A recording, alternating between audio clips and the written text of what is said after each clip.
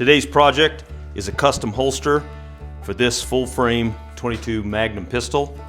This is a gift from me to my son Caden, and we'll take you through the process of building this. Thanks for watching. All right, let's go get some leather.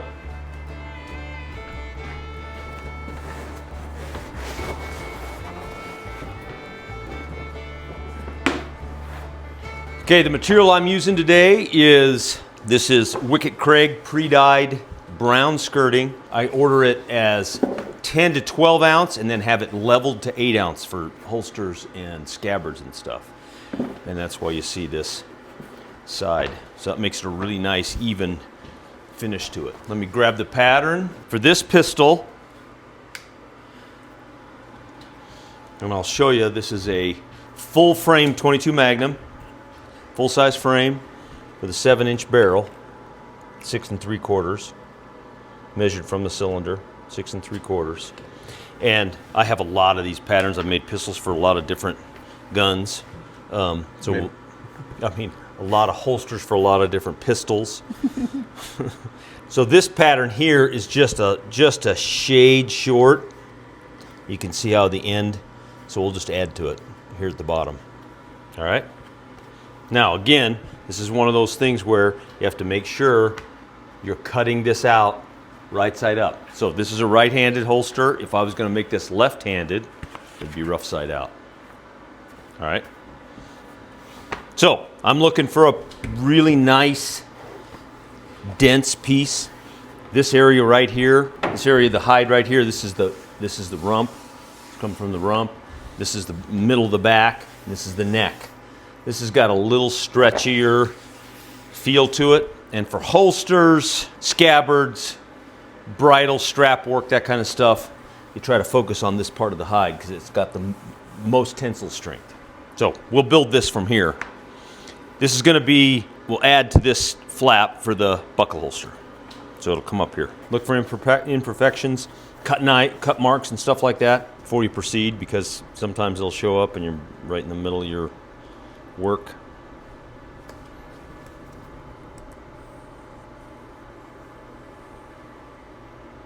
Remember, we're adding about 3/4 of an inch to this. We'll measure that here in a minute.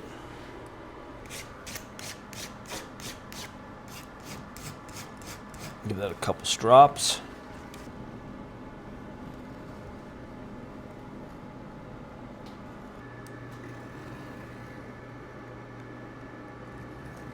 And what I like to do, even on top of the pattern, is add just a little bit extra on this offside, so we have something to trim to.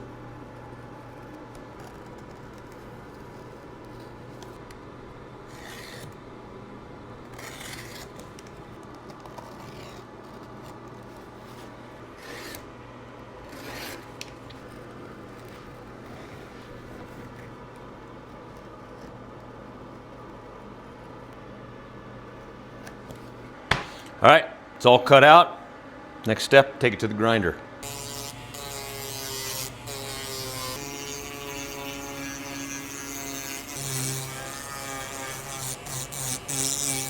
All right, this is ready to case, and we'll get to stamping. When you're casing leather, the key to this is to not oversaturate it, especially for stamping. You want the moisture to come back out of the leather till it's just about dry before you start working on it. Otherwise, it's too wet. So watch how long I soak this. And that's plenty. No reason for it to sit in there any longer than that. And then we'll set it out here.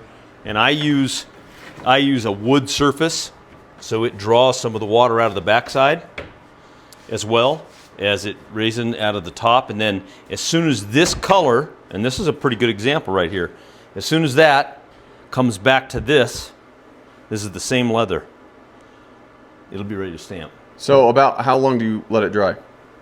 This will be about 15 minutes before it's ready for us to work on it. We're going to do this logo, these initials CEO, on this holster. And so what I did is I went on the computer and I created this graphic. And now, sometimes I'll print it straight on this tracing paper, but I just wanted to show how you can also do it. So now I will transfer this just quickly to the tracing paper. And then this, of course, gets transferred to the leather. All right, let's check this leather out. Yep, that's pretty close. So we're ready to start laying this pattern out and stamp it. All right, so we want to start like we do every project. Oh, I can tell. That's not going to work. Little dull. Little dull. Sometimes, eventually, these get unrecoverable. This groove gets too deep and you can't sharpen it anymore, so you have to buy a new blade.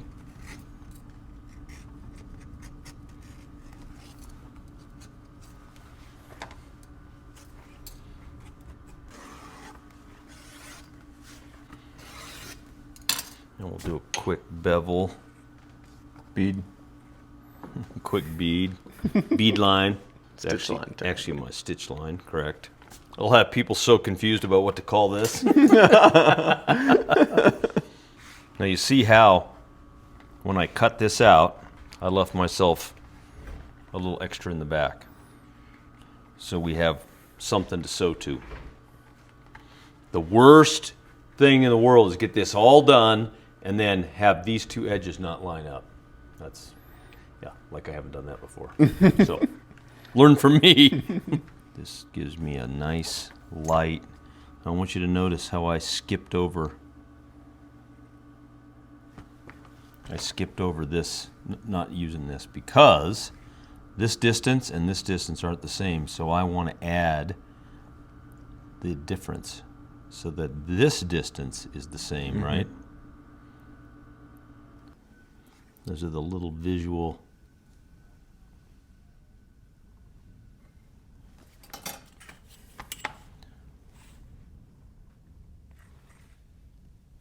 Now we're not making any cuts on this border. This is all stamped.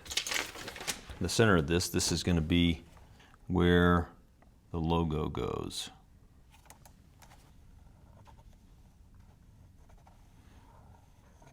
And this part we're going to cut.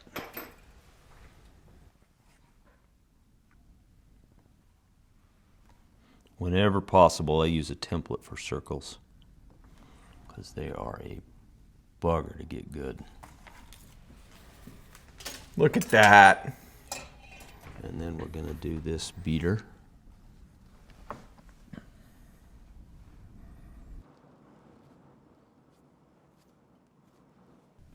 All right, so when it's all said and done, you got that logo right in the front. Freaking awesome.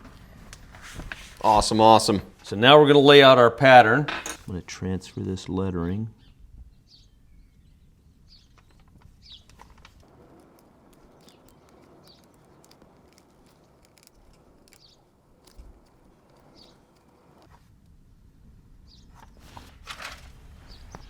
Okay, so now I'll look at this, make sure that I've got a good solid line. And sometimes it's better to do it with a pencil. We can get a nice sharp. Make sure that my curves, because your knife blade is going to follow these. And if you don't have them nice and straight.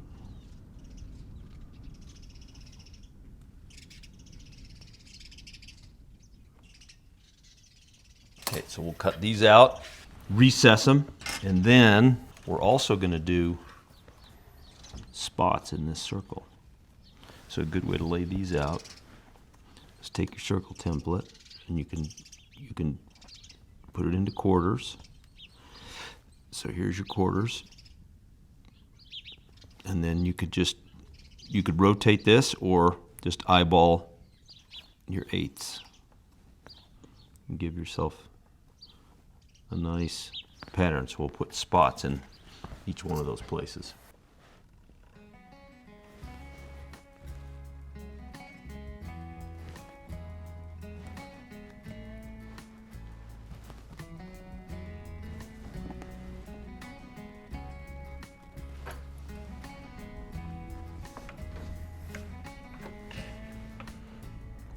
Bevel this.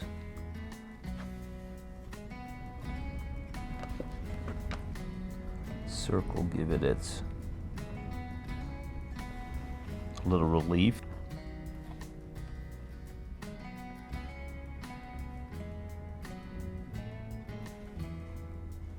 How many miles of edges I've dragged this $2 tool across. Put a little texture to each of these bevels. So when we go through and antique this, the antiquing has got some place to grab.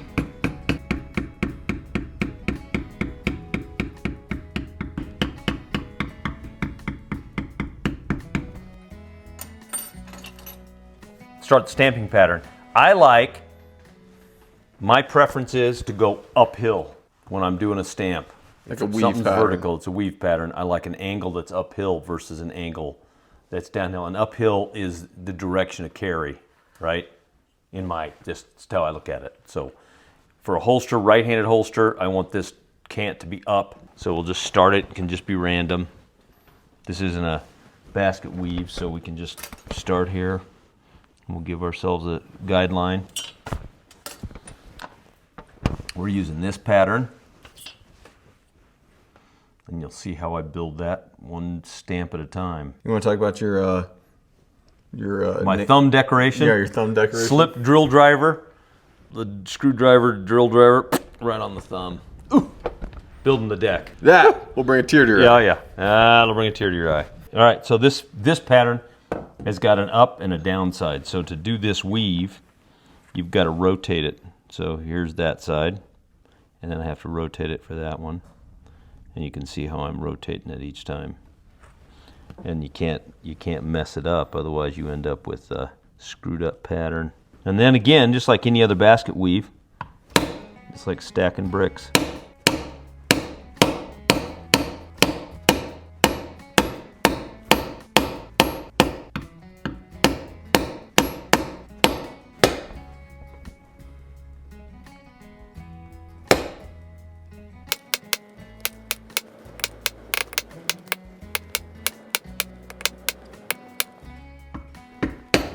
All right, so now we're doing the border, and I'm going to show you here, because I'm going to also border the logo.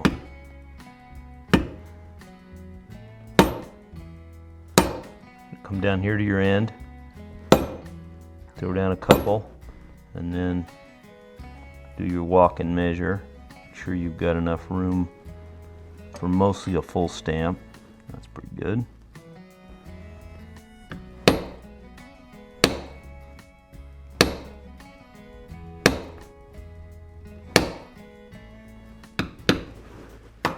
Oh yeah, that's awesome.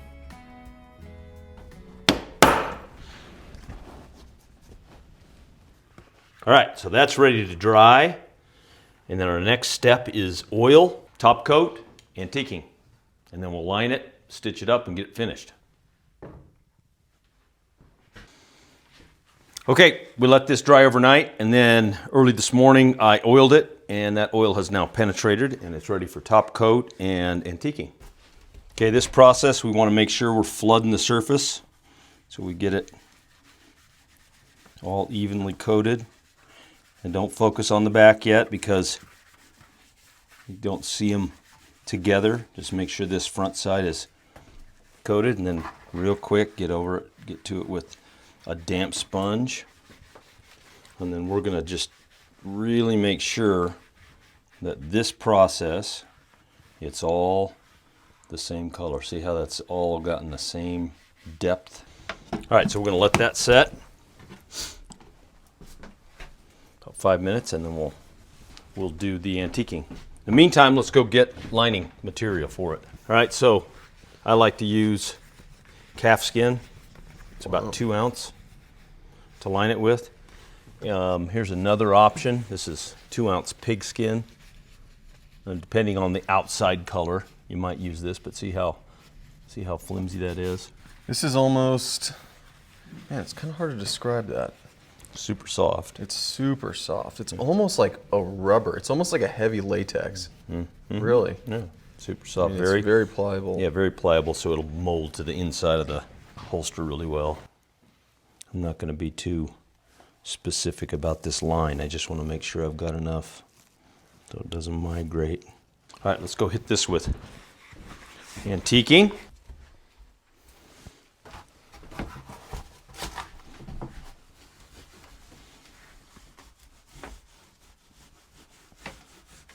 Use plenty of antiquing, get it down in all the nooks and crannies. Something I'll mention, this adds a layer of waterproofness to leather because it's a wax-based product. And it does help. That's that Fibings antiquing.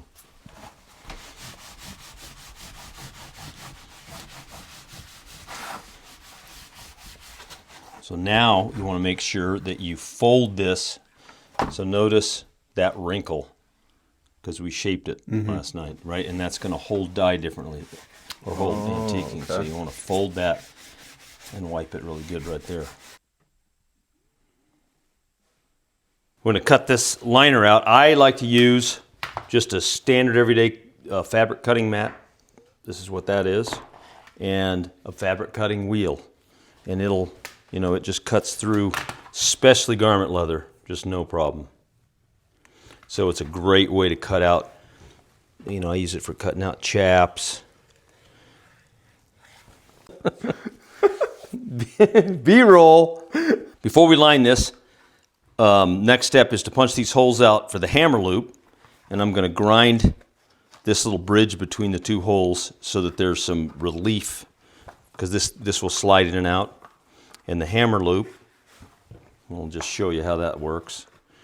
When this is all finished, this will have a slot in it, and it goes over the hammer, and that will hold the pistol in the holster as well as keep the hammer from being pulled back inadvertently.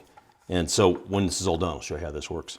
And before we hear it in the comments, yes, that gun is safe. So yes, I don't want Safety Sally in the comments giving us a new one about pointing that gun in an unsafe direction. Yeah. When you're making holsters, sometimes you gotta just make do. I could just hear us getting annihilated. Yeah, oh yeah. That gun was pointed at. Okay. Yeah. We got hear it. you. We hear you. We got you.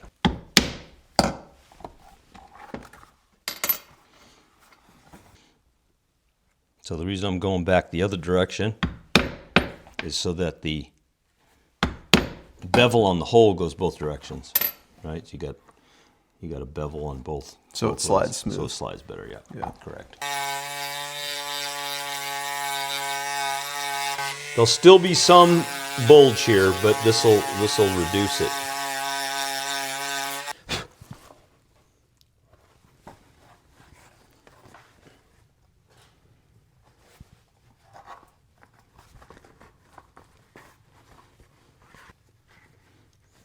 So it's in on the hip or on the wherever you're putting it, and then you can pull down on that and secure it, right? But we will leave this in here and glue all around it, so this will be behind the liner. Luke, is my coat lash down? Major points to anyone in the comments who can tell me what movie that's from. You remember? All-time favorite. Your all-time favorite. My all-time favorite. Well, no. One of them. Well, it was at the time. It's top 5. Yeah. Crossfire. When Selleck's getting shot in the kidney again. Pack some dirt in it. And just walking away with his girl under his arm, over his girl. Oh, that is a great movie, man. I haven't seen that in a long time. I need to rewatch that for the 1000th and 50th time. Yeah. And then we press this part down. Get it nice and burnished, and then we're going to go. Now we'll go to this side, leave this curved, and finish gluing. And did you make sure to not have glue on that? Yeah, nice. Yeah. Because if you put glue there, yeah, kind of defeats the purpose of having your lash. All right, see, now we're back to square one. two things we skipped in our eagerness to get this done. Caden wanted spots around his logo, and he wants a belt loop on here, as well as it being a buckle holster. So we have to do that first before we can line it. So that can just sit there. It'll be all right. All right, so the reason for having a belt loop instead of just relying on this buckle loop is I don't like when my holster, when I'm pulling the gun out, I don't want the holster to work up on my gun belt. I want the holster to stay put, and so the holster doesn't carry up with the gun. This is the gun belt that I'll carry it on. This is my hunting gun belt. We hunt muzzleloader. My dad makes these. And so what this is it gives you everything you need for muzzleloading. So in here I got my bullets, just a couple in there. I got caps for the muzzleloader, powder measure. This is pretty cool. This is my great uncle's handmade hunting knife. He made it out of a farrier's rasp and melted down aluminum cans, carved his name in there, so I carry that. Little, we call it a possibles pouch, but it's a little first aid kit, carry hunting licenses in there, a little flashlight, some marking tape on there for your kill, and then other just rolls of duct tape and stuff like that. Rope for tying up your game, cleaning, and then here's a little kit with cleaning brushes, nipple wrench, and then some extra ammo for that rimfire revolver there.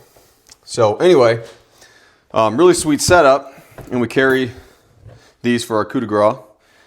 And so it's replacing this holster. And so just to give you an example, actually this one's cross draw, but if I put this on, I want to eliminate this sliding up. Yep. So that's the reason that we're going to do a belt loop in here.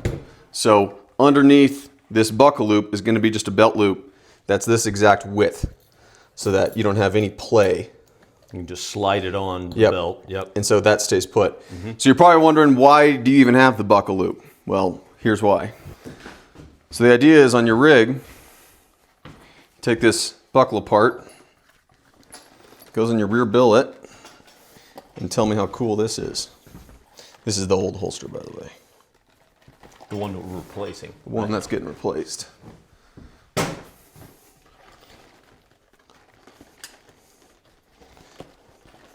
So that's the idea. So that's an option too, if you don't want to carry it on your gun belt. Yep. Nice. Which, I mean, you got to be able to do that. That's pretty freaking cool.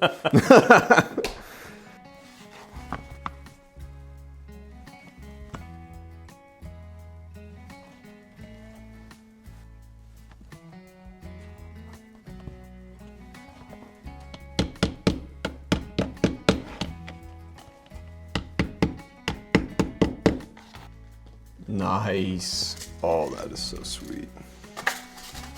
Okay, so now we'll take this. We got this marked for the width of the belt. We'll add a quarter, say, to it. Rough quarter, so that we've got room. And I think I want to skive that top edge so it will bend around, right? I'll skive that top edge thin so it'll bend around when it's in the buckle mode.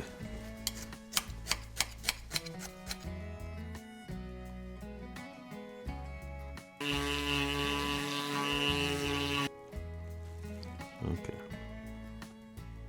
All right, got the liner glued in. Let's sew it up.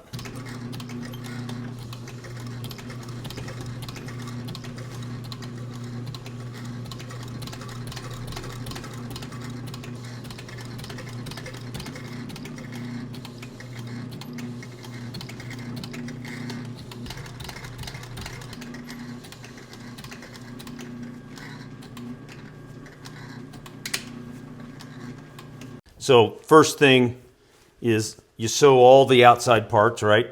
So that I can edge that and finish it, and then the last thing we'll do is sew the whole thing together. We'll trim the liners off and stuff.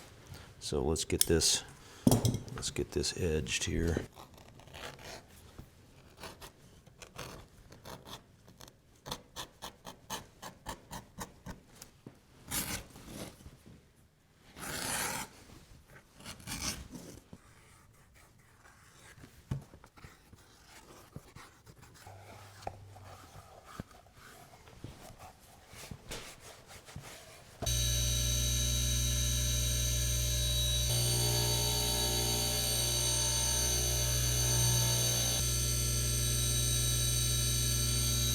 I want to trim this liner here.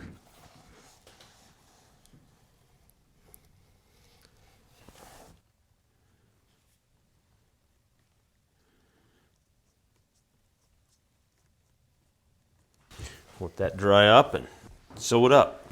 Okay, this is always the tricky part, getting all the edges to just line up proper.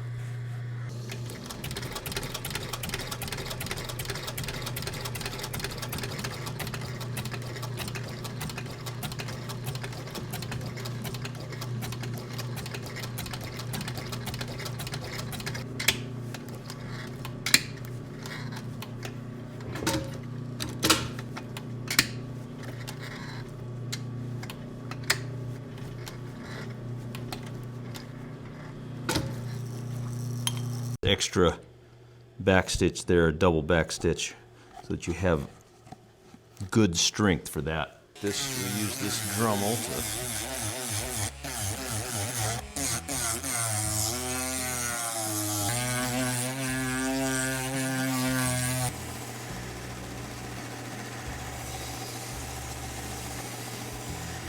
we'll come in here with our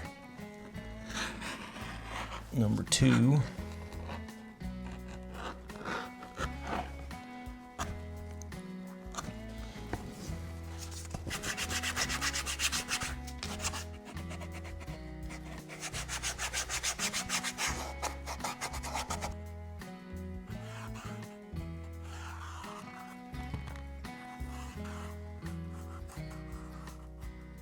Now, some holsters you plug this end, which you would sew a plug in the end. I don't like that because then, especially if you're on the trail, got this in your holster going through trees, whatever, and stuff gets plugged down in the end of your holster. I like it to be open. Getting it out of there. I mean, who has a pair of needle nose pliers that's exactly 12 inches long? Right. And it does protect the end of your barrel, but... And then if you have an ND, it doesn't tear up your holster. It just goes right at the bottom. Right. Yeah, exactly. That's right.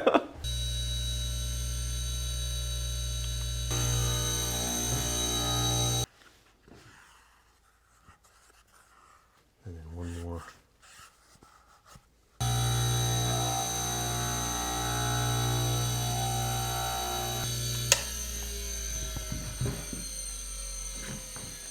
Oh, that's awesome. Look at how nice that finishes up, man. Dead center.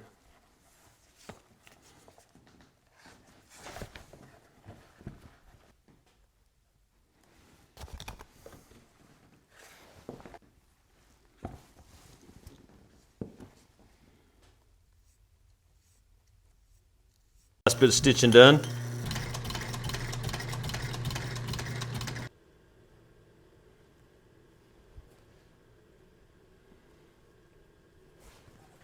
All right, let's see how it fits.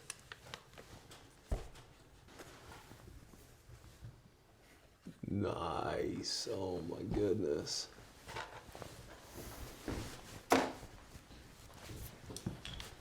All right, so let's check our fit with the belt loop first. Shouldn't need to undo this buckle, but you can see that belt loop in there. And so this will fit on, let me think, cross draw. And so you can see how that, you can see that gap in there. And so that, that belt loop eliminates any of the play that's in this holster.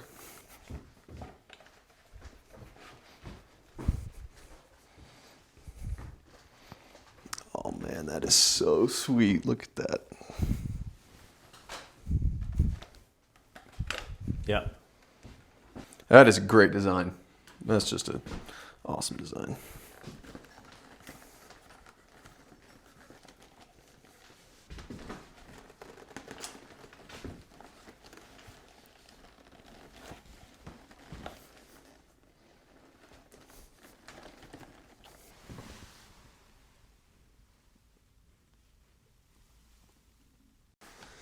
Let's see if I can get on my stallion here. Oh God. Don't tell OSHA.